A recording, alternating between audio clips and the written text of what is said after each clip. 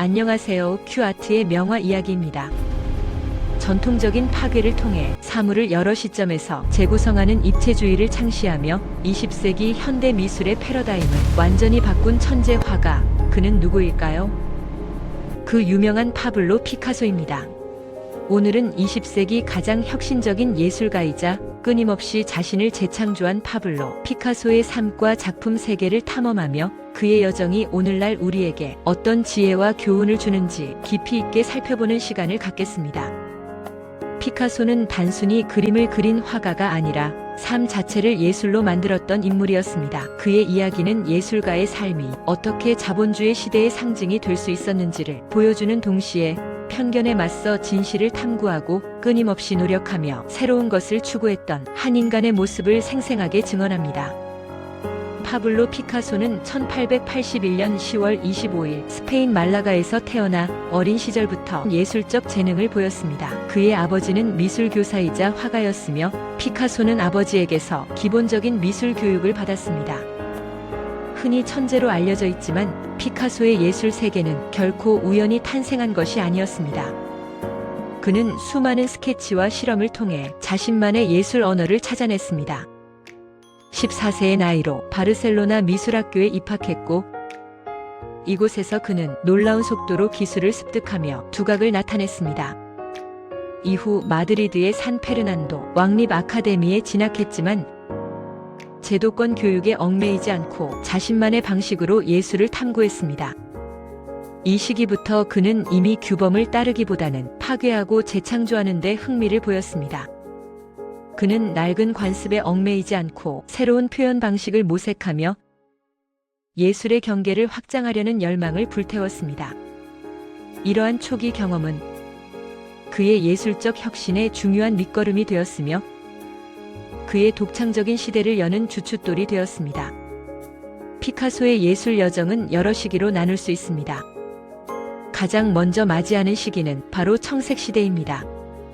1901년부터 1904년까지 이어진 이 시기에는 그의 친구 카를로스 카사레마스의 비극적인 죽음과 파리에서의 고독한 삶, 그리고 깊은 우울감으로 인해 작품 전반에 걸쳐 청색, 청록색, 회색과 같은 차가운 색조가 지배적입니다.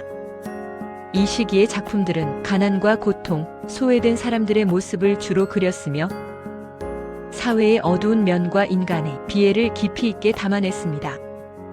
그의 대표작으로는 인생, 늙은 기타리스트, 빵과 그릇을 든 여인 등이 있습니다.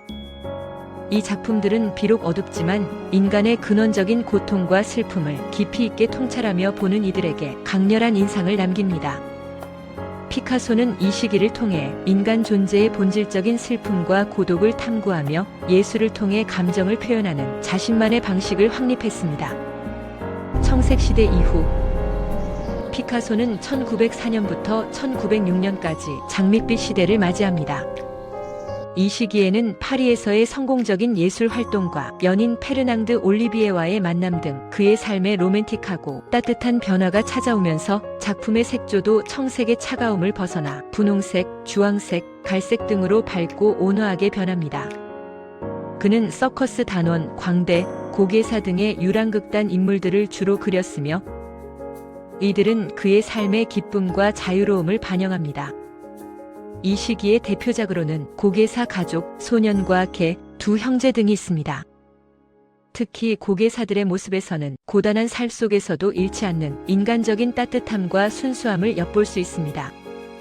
이처럼 피카소는 자신의 내면적 변화와 외부 세계의 경험을 작품에 솔직하게 투영했습니다. 그의 삶과 예술은 마치 거울처럼 서로를 비추며 끊임없이 진화하는 유기적인 관계를 형성했습니다.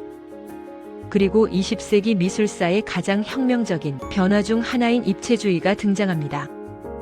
피카소는 조르주 브라크와 함께 1907년부터 1914년까지 입체주의를 창시하고 발전시켰습니다. 입체주의는 대상을 단일 시점에서 바라보는 전통적인 방식에서 벗어나 여러 시점에서 본 대상을 동시에 한 화면에 재구성하는 혁신적인 기법입니다.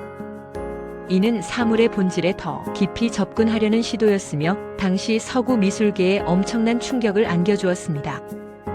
입체주의는 크게 분석적 입체주의와 종합적 입체주의로 나뉩니다. 분석적 입체주의는 대상을 작은 기하학적 조각으로 해체하여 분석하고 재구성하는 형태를 띠며 주로 단조로운 색채를 사용했습니다. 종합적 입체주의는 콜라주 기법을 도입하여 신문지, 벽지, 상표 등 다양한 재료와 질감을 화면에 부착함으로써 현실의 파편들을 작품에 끌어들였습니다. 대표작으로는 아비뇽의 처녀들과 바이올린과 포도 등이 있습니다. 아비뇽의 처녀들은 아프리카 조각의 영향을 받아 파격적인 인체 비례와 형태를 보여주며 전통적인 미의 기준을 완전히 전복시켰습니다. 이러한 시도는 단순한 형태의 변화를 넘어 예술의 본질과 재현의 방식에 대한 근본적인 질문을 던지며 현대 미술의 새로운 지평을 열었습니다. 피카소의 작품 세계는 단순히 미학적인 것에만 머무르지 않았습니다. 그는 사회와 정치 현실에도 깊은 관심을 가졌습니다. 특히 1937년 스페인 내전 중 나치 독일 공군과 이탈리아 공군이 스페인 북부의 소도시 게르니카를 무차별 폭격하여 수많은 민간인이 희생된 비극적인 사건을 고발하기 위해 그린 게르니카는 그의 가장 강력한 정치적 메시지를 담은 작품입니다. 이 거대한 유화 작품은 전쟁의 참혹함과 무고한 생명의 희생을 극적으로 그리고 비극적으로 표현하며 반전 평화의 상징으로 전 세계인에게 각인되었습니다. 이 작품을 통해 피카소는 예술이 단순한 아름다움을 넘어 사회적 메시지를 전달하고 인류의 양심을 일깨우는 강력한 도구가 될 수 있음을 증명했습니다. 그는 평생 전쟁과 폭력에 반대하며 평화를 갈망했고 그의 작품은 그러한 신념이 강력한 표현이었습니다. 게르니카는 한 폭의 그림이 어떻게 인류의 고통을 대변하고 희망의 메시지를 전달할 수 있는지를 보여주는 기념비적인 작품입니다. 피카소의 삶은 현대 예술가뿐만 아니라 오늘날을 살아가는 모든 이들에게 많은 교훈을 줍니다.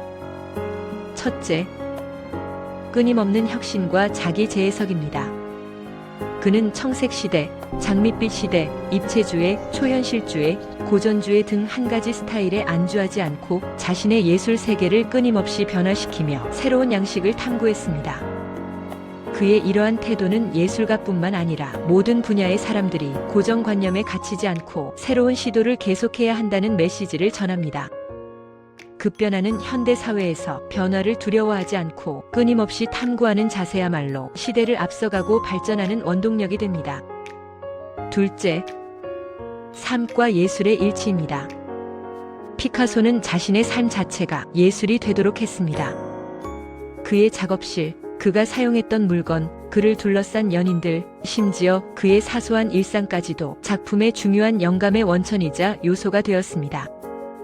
이는 예술이 특별한 공간이나 특정 계층의 전유물이 아니라 우리 삶의 모든 순간에서 영감을 얻고 표현될 수 있음을 보여줍니다. 오늘날 우리에게는 일상 속에서 자신만의 아름다움을 찾고 삶을 예술처럼 풍요롭게 즐기는 태도가 얼마나 중요한지를 일깨워줍니다.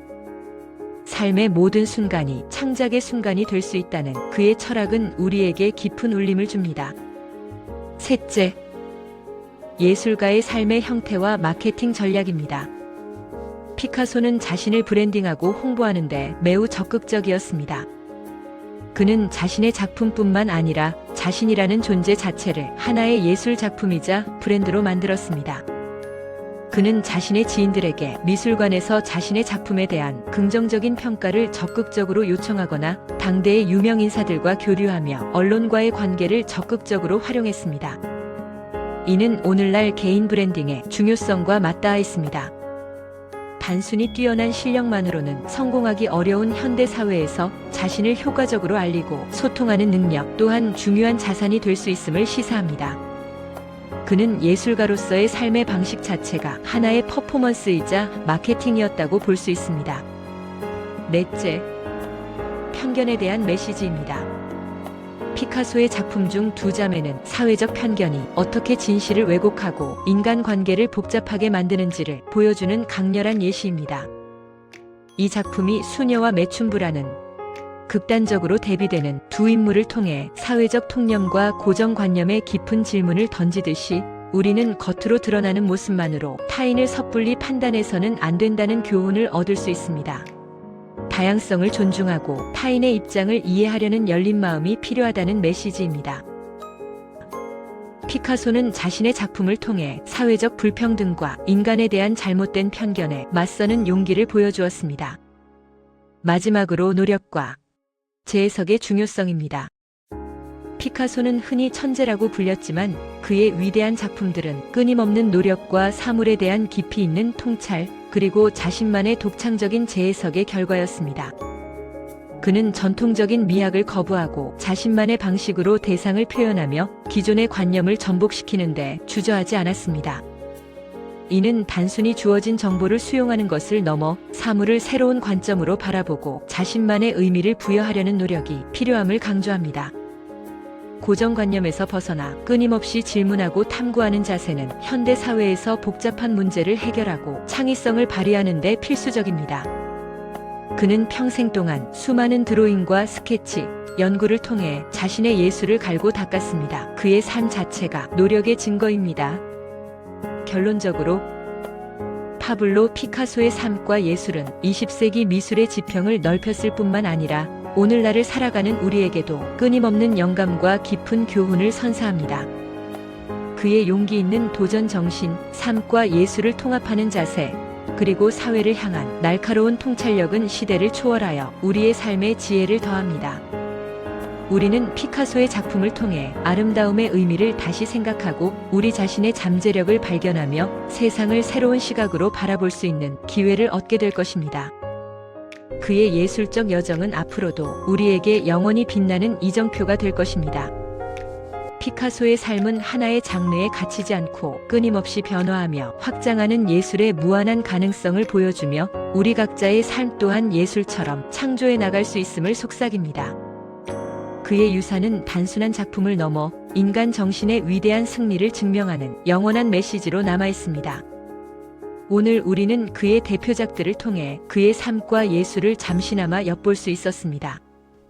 지금까지 피카소에 대해 안내해드렸습니다. 여러분이 그림을 이해하고 다가가는데 도움이 되었으면 좋겠습니다. 큐아트의 명화 이야기였습니다. 구독과 좋아요 부탁해요. 감사합니다.